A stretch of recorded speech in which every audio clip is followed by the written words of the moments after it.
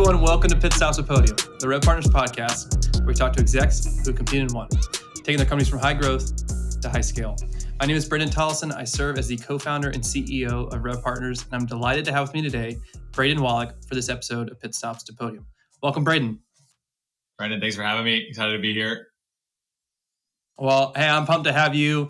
I'm really excited about this topic. I know it is becoming more and more mainstream as it relates to how companies are going to market. And so that's a nice teaser before we get into the big idea. But Braden, for those who may not be familiar with you, you're the CEO and CSO of HyperSocial. And I'd love for you to give our audience just a little bit of perspective on who HyperSocial is and a little bit about the origin story. How did you come up with the idea? What inspired it based off your past experience? Sure. Yeah. As of about a month ago, we launched a SaaS company too. So I'm also, I guess, the CEO of that. It's called Automating as well, but it's very similar to HyperSocial. It's just a SaaS version of what our agency does. So I live in Columbus, Ohio. HyperSocial has been around. Well, there was an old version of HyperSocial, which started in 2016, and then the current version of HyperSocial, which has been around since 2019. I come myself from a B2B sales background. So I started the old HyperSocial, grew up. Basically, I did a lot of Instagram marketing back then. Got into LinkedIn myself to be able to grow that company. Struggled at first, figured out quite a few things. Then really grew that company. Fast forward a couple of years to 2019, decided that, hey, I feel like I could do this for a lot more companies. So we decided to just get rid of all of the Instagram marketing clients that we had, get back into the B2B world. And now we help clients utilize LinkedIn to be able to grow their outbound and inbound at the same time, actually, to grow their businesses using the best business social platform that there is. Quick story to get to there. No, I like it. And I want to get it more into that kind of the insights that you've had as a result of the clients that you supported. That's what we're going to focus on for our conversation. But before we do that, we do have a tradition here at Pit Stops Podium. And that's to get to know our guests outside of work. So what are some fun facts that our audience should know about you, the passions, hobbies, interests that you have?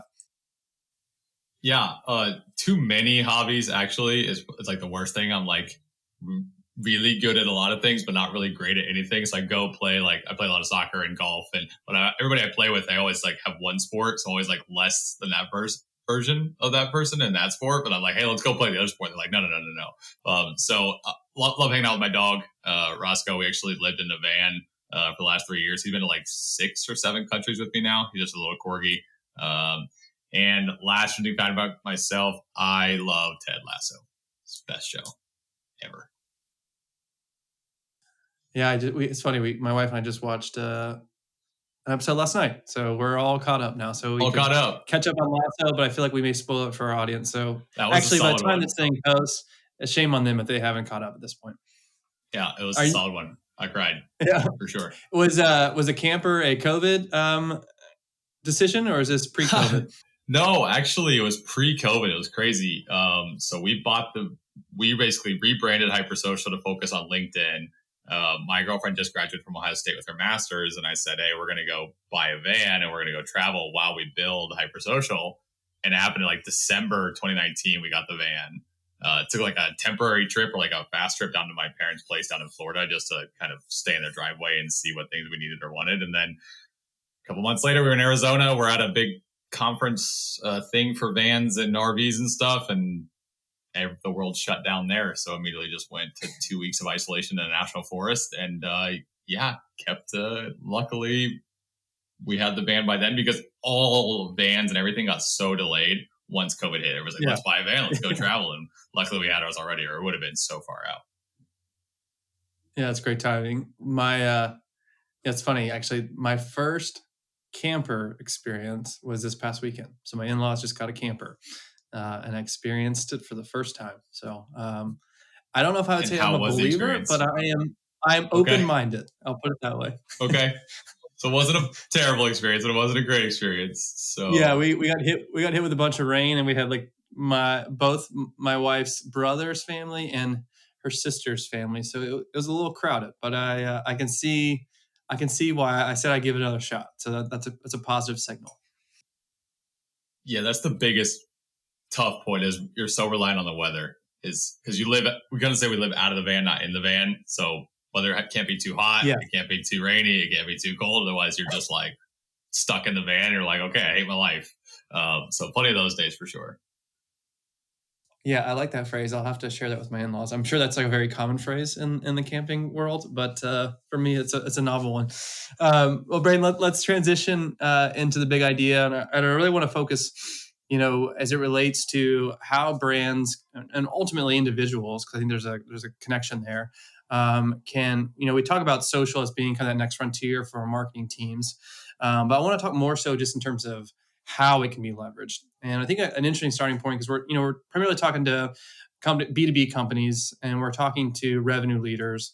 And you mentioned an interesting point, which was you focusing more and more on LinkedIn as opposed to Instagram. And I think maybe a good place to start as to why did you make that decision? I think that might be a good anchor contextual layer for our audience as to why is social really the watering hole that they should be mindful from a social perspective. Yeah. So when I was doing Instagram stuff, I had a lot of B2C clients. So I wasn't really involved in B2B then, just B2B for myself because I was selling to, B2C companies. So I was still involved with B2B there, but I didn't have any B2B clients. I used just LinkedIn myself on the B2B side there. So LinkedIn is such a cool platform. So when I was first getting into it, there wasn't as much noise on LinkedIn as there was today. So things were a bit easier. Now you've got to be a bit more creative and a bit more, a lot more consistent than you used to have to back then because of algorithms and things like that. So, but then if you look at all the statistics around LinkedIn, around where C-level execs and managers and VPs of all these companies are spending their time, and it's on LinkedIn. So, the other cool thing for B2B sales side is there's not really any gatekeepers. If you can get to the person on LinkedIn, you're getting right to them. Most of them don't have like a person managing their LinkedIn account or, saying, hey, no, I can't get you access to the owner or the founder or the person that you're trying to reach out to because it's just them themselves, which is pretty cool. Yeah, I think to your point, it's the fastest path to get access to probably your ICP, and where it's the modern. I don't know if it's the modern inbox, but it's that same concept of where are you gonna get their attention to actually drive engagement. And one of the things you just talked about, Braden, was just I won't say proliferation, but there is a lot more noise to I think it's the word you used earlier. And so for a lot of people, there's trepidation as it relates to how do I take that first step? Because like, why is no one's going to care what I have to say? And so, how do you advise your clients or advise that person at seat of how do you take that first step? What should they be thinking of and from an encouragement perspective of how they can be successful? Yeah. So generally we start with our clients to say, hey, put the content piece aside for a second and let's just go start building relationships first and without even posting, just go use like Sales Navigator, go find people that you want to be connecting and networking with that are in your ICPs, go start conversations with them, see how you can be helpful to them using the inbox, which is a thing that not enough people do on LinkedIn. They're very much in the inboxes to just sell and pitch and what's the phrase? Pitch slap. Love that phrase. Pitch slap everybody they can. When you just start those, number one, you're going to have a lot more people open up or like kind of lower their walls to have this conversation with you. But then you're actually going to get and have conversations with these people that you want to be connected with. They're going to lead to great content for you to share and post later. You're connecting people that are right in your lane. You're hearing their struggles. So now you've got the content piece kind of laid out for you because you've started conversation with these individuals one-on-one that can lead to such good content. Yeah, it sounds like what you're describing is like instead of treating it almost like a transaction, really being genuine as it relates to what you're trying to accomplish. And people oftentimes are more receptive to that versus a pitch slap to your point of how oftentimes it is being leveraged these days. Exactly. And you're going after whoever you're going after, small business owners all the way up to CXOs of Fortune 100 companies. They're all people and none of them want to be treated like you're a used car salesman trying any possible thing you can and they're just a number to you because while there is a certain thing to say, hey, I've got to get through enough numbers, there's still people on the other side. So when you're helpful, they actually will, what's the phrase of people don't care what you know until they know that you care. And that's where you start, and you got to figure that part out. And then once you do that, then it'll open up a ton of opportunities. Yeah, I like that phrase. Say it again. So say it again. I was going to try and butcher it. Yeah, people don't care what you know until they know that you care. Yeah. The way that we talk a lot about, even in our internal organization, cared for people care for people. But it's that same idea. Once people feel cared for, they're much more receptive to what you have to offer, because you will truly have a solution to their problem. Exactly. So I like that a lot. And for all those people that reach out to me on LinkedIn, if you're listening, do not connect with me and then send me a 5-paragraph message about your product or solution. It is very irritating. So I 4 different links and a Calendly and 3 articles I should just go click on. And then ask me the next day if I got your message, and then the next day. It's very obnoxious, so please don't. I'm all about systemizing your LinkedIn outreach. I love doing it. Absolutely should. You should automate it, but you should automate it the right way to start conversations in a helpful way versus, hey, here's my pitch slab. Exactly. I'm all for the hustle. Just do it the right way. All right. So I think that's a good kind of guidance on how to approach. What about when we think about, what my tone, my voice, like, what do I say? We were talking to, our past guest. One of the things he talked about is, consistency is better than frequency. And so just as people start to think through, okay, all right, you're giving me some advice on how I should connect with people. Now that I have this audience that I want to talk to, how should they approach the actual, whether it's posting or communication with individuals inside of LinkedIn? Yeah. So we have a webinar that we do once a month, teach people on this subject. One of the things that we say is, more important than anything else is be yourself. And we have a little joke that we say after that, which is if you're funny, be funny. If you're helpful, be helpful. And we say, if you're creepy, well, okay, maybe don't be creepy, but for the best part that you can, be yourself. And I think that relates to more business than people ever want to or ever thought before. We've always thought, especially people who reach out to, we've had a lot of clients who come to us and say, hey, I reach out to this level person and they're super sophisticated and they don't want to, even though I'm funny, they don't want funny. But truthfully, they're all just people too. So when you reach out to them in the best way, you're going to be the most comfortable continuing that conversation, having it. You don't have to overthink everything. Then if you ever get to the meeting or anything like that, you're not all of a sudden hilarious, even though you're completely dry in your LinkedIn posts and your content and your messages. So I think it's extremely important to do. And when you're creating content, sharing so many stories like that, that's what I think is so cool on LinkedIn, is to share stories of your real life that you can relate back to business, or it can be lessons or things like that for your ideal target audience. I try to do that all the time with all the activities I'm involved in. I say, hey, actually, this kind of really relates to being a business owner. This relates to sales or things like that. And I kind of turn those back to each other. So you get to know so much about me in a way that is extremely organic, but then I can also turn it into here's a lesson to learn here, or here's this, or here's that. But, you still get my true personality and everything that I post. I like that. It reminds me, we have a gentleman on our team named Robert Jones, and we found out that he was really funny. And it was you need to tap into that and not shy away from it, and use that voice on social. And to see even the past year in terms of his engagement, his followers, and the opportunities been created, it's been just amazing and really powerful for him to see, I can be my true self. And it can actually be effective inside of the workforce. And it speaks to your point of we're all humans.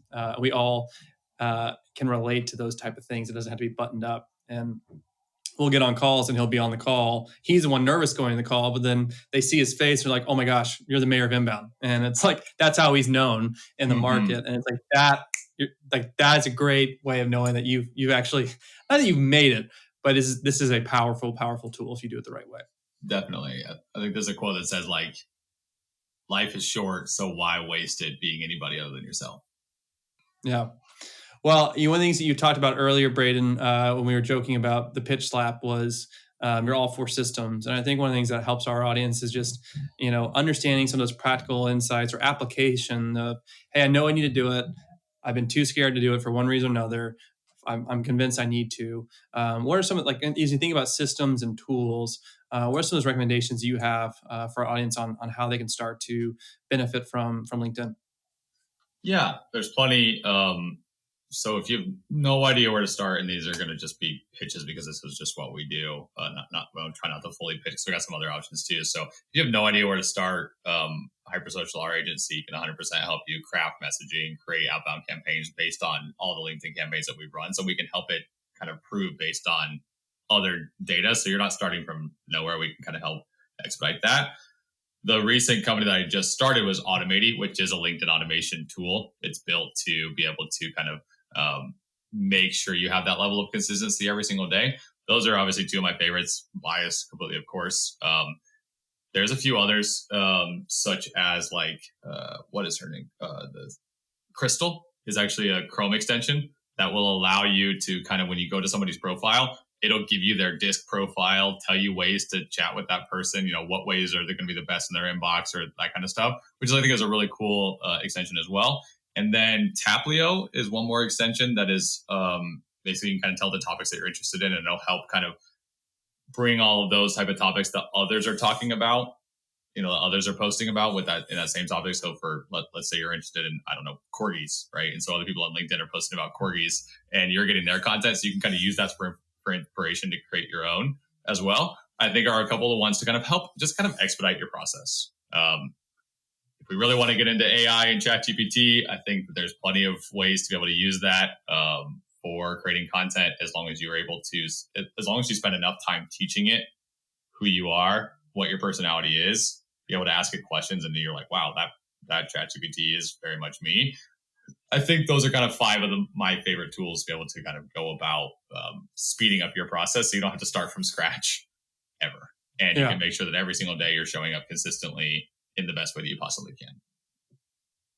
If the audience is like me, they're feverishly writing down notes on these tools. So thank you for sharing the ones that you have found to be effective for your organization. All right, final lap question. Algorithm for dummies. What if people are trying to figure out, how do I amplify my message or get the fastest path to generate a following? What are some things they should know about the LinkedIn algorithm to get them to be successful faster?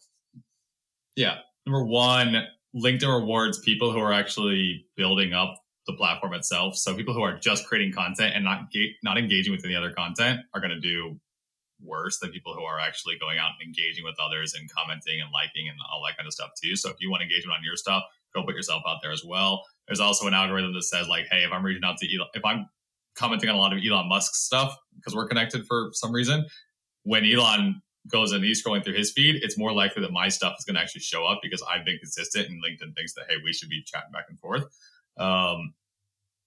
Number two is there's kind of a phrase that somebody told me once, and I may butcher it. It's like, if nobody sees your content, like if you're creating content, like just start, like just create content, and you'll figure out what kind of works from there, right? Like the mayor of Inbound didn't start as the mayor of Inbound. I imagine there was some iterations, and he was creating content until he kind of figured out what that voice was.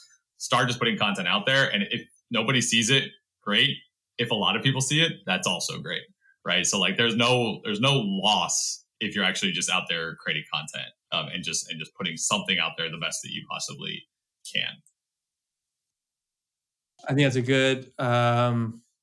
good reminder for people like with self-confidence, because if they feel like they're not getting that dopamine rush of likes or comments, to your point, it's probably unlikely as you start, but you're just be realistic on what you should expect, and you're really just testing, iterating. And to your point, the mayor of Inbound was not the mayor of Inbound when he started, so it takes time, and I think that's a good reminder and encouragement to folks that you're not going to be an overnight success. You might be, but more often than not, it's going to take some time, and this is just one of those things you have to put put in the effort to see the reward, which is how most things work that are of value. So yeah. And then one more piece. Sorry, I forgot one more. If I can throw it in there real quick, is to build out your first 3 connections, because what's going to happen is you're going to start building those out, and when they start to like and engage, like and comment on your posts, now their connections are going to be scrolling through their feed.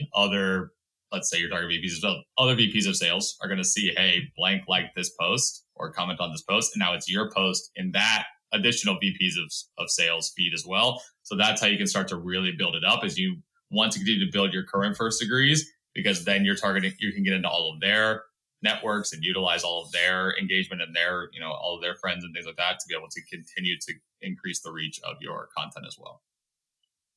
Yeah, the whole the multiplier effect and how you can broaden your access. It's a good hack.